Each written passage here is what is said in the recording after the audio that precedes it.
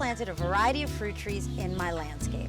Right here next to me are two red delicious semi-dwarf apple trees. Now when you start your own orchard, you need to take into account that your trees are not going to begin fruiting right away. It's going to take a couple of years, and it varies on the variety of fruit tree that you plant. My red delicious semi-dwarf should fruit next year. And in terms of taking care of them and pruning them, I'm going to prune them this fall. And I'm going to choose branches that are crossing over each other or weighing the tree down in different directions. When you first plant an orchard, you don't want to prune things down every year. You want to see where the fruit is going to develop. You want the tree to grow and mature in your landscape before you start beginning to prune it. And when you're pruning it, you're just pruning for shape. You're not really pruning for anything other than that. Over here further down, I have a bunch of Cortland apple trees that I've planted, and these are dwarf apple trees. There is a difference between dwarf and semi-dwarf. Now the dwarf are smaller trees. The semi-dwarf are a little bit larger than the dwarf trees.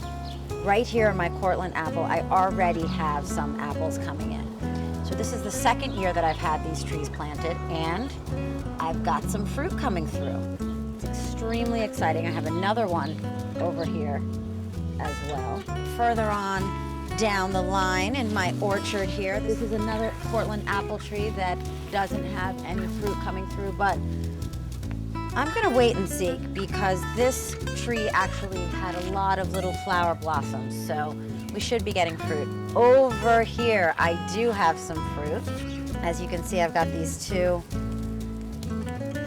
little tiny apples coming through, and I got another one coming through here. Oh no, it's broken. I'm gonna have to pull it off. Aw. I'm gonna give these to my goats though.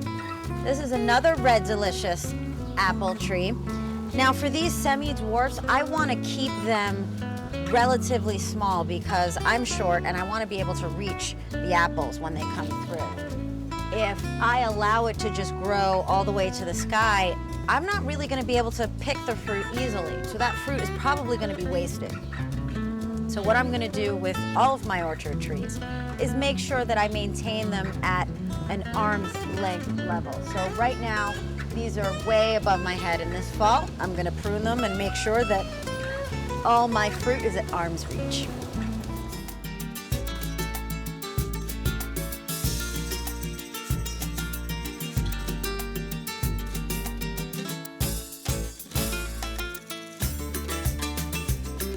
So go out there, get those apple trees, get them going. It's going to take a few years. Don't be discouraged. I'm not. Next year, I'm going to have a great, huge bounty of apples.